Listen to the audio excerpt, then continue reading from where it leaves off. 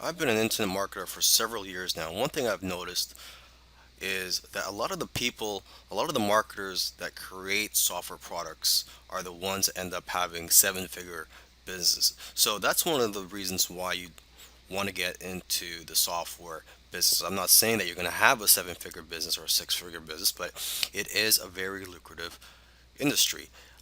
Software products, they have a higher perceived value than all other forms of digital products such as ebooks, video courses, audiobooks, etc.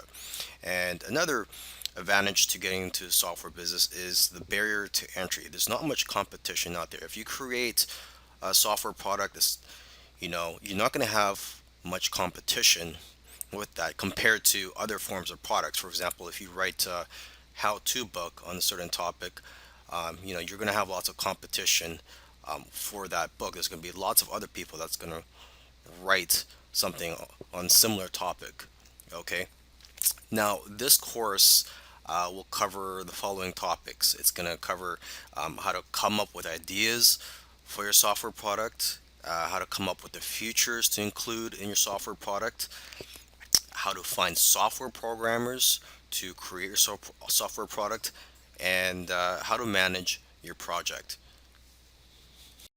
Coming up with ideas for your software. So before you create a software product, you need to know what it's going to bring to the table. You need to know what problems it's going to solve, because that's what what software tools do, is that they solve problems or potential problems. Okay, so first let's start with ourselves. Okay, do you have a problem in your business or personal life that can be solved with a software tool?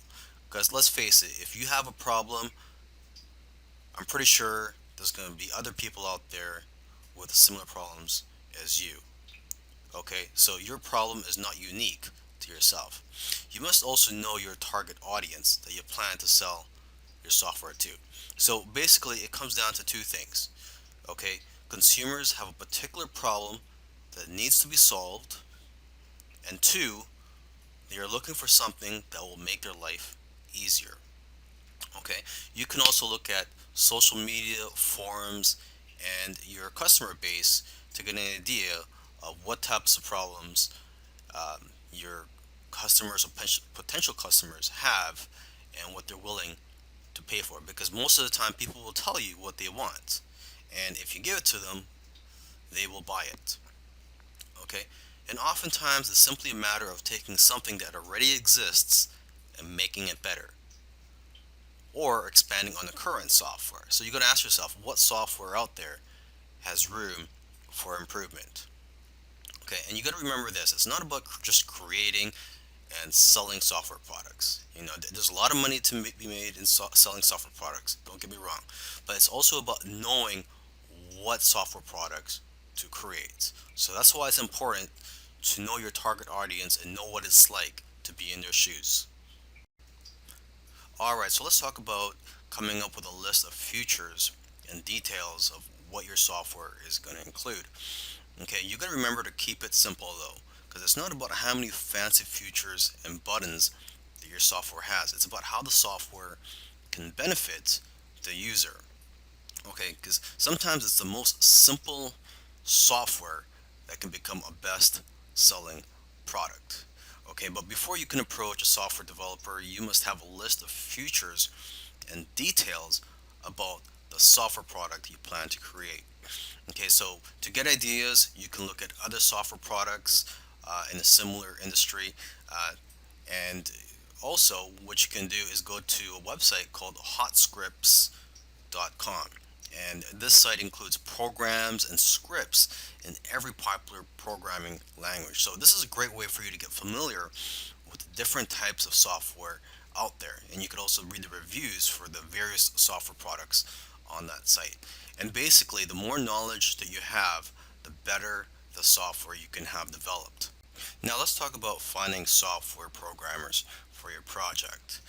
Now, there are various sites that you can go to find programmers where they will bid on your projects, and you can select the programmers based on the best price. But remember, you have to also make sure to select programmers based on their skills, and how well you feel comfortable working with them. Okay, so I've listed a few sites, the most popular sites where you can find programmers. There's rentacoder.com, elance.com, scriptlance.com, and guru.com.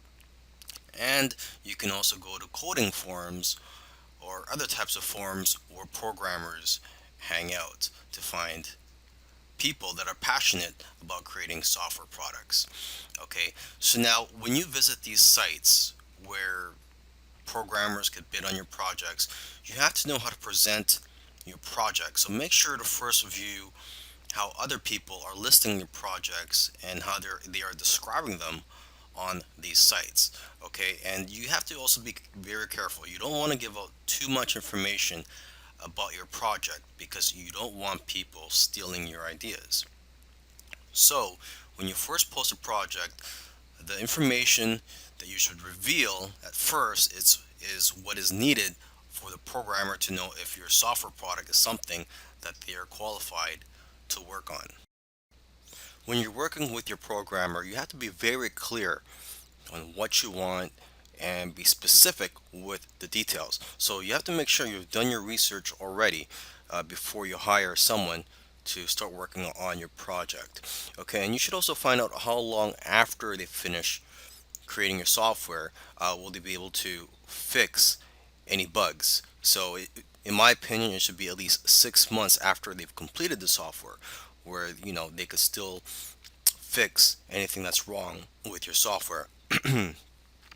Another thing you want to do when you're creating a software product is not to just outsource everything to the programmer and then just be hands off.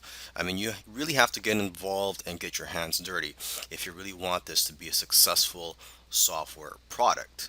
Okay, and instead of just telling them to just create your software product, you should break it down into smaller tasks so that it's easier to work on, and it'll be better for you to basically monitor the progress of your software product. Okay, so for example, you can have weekly or bi-weekly tasks or goals for them to complete to make it easier for you to manage this project. Okay, and you could also encourage your programmers or coders by giving them bonuses for doing well on some of the tasks that you give them. Okay, and you also want to let your programmers know ahead of time what your budget is so they know what to expect. And so, with that being said, you shouldn't pay by the hour because it's hard to track the actual hours that they work, and that only encourages people to take their time on your project.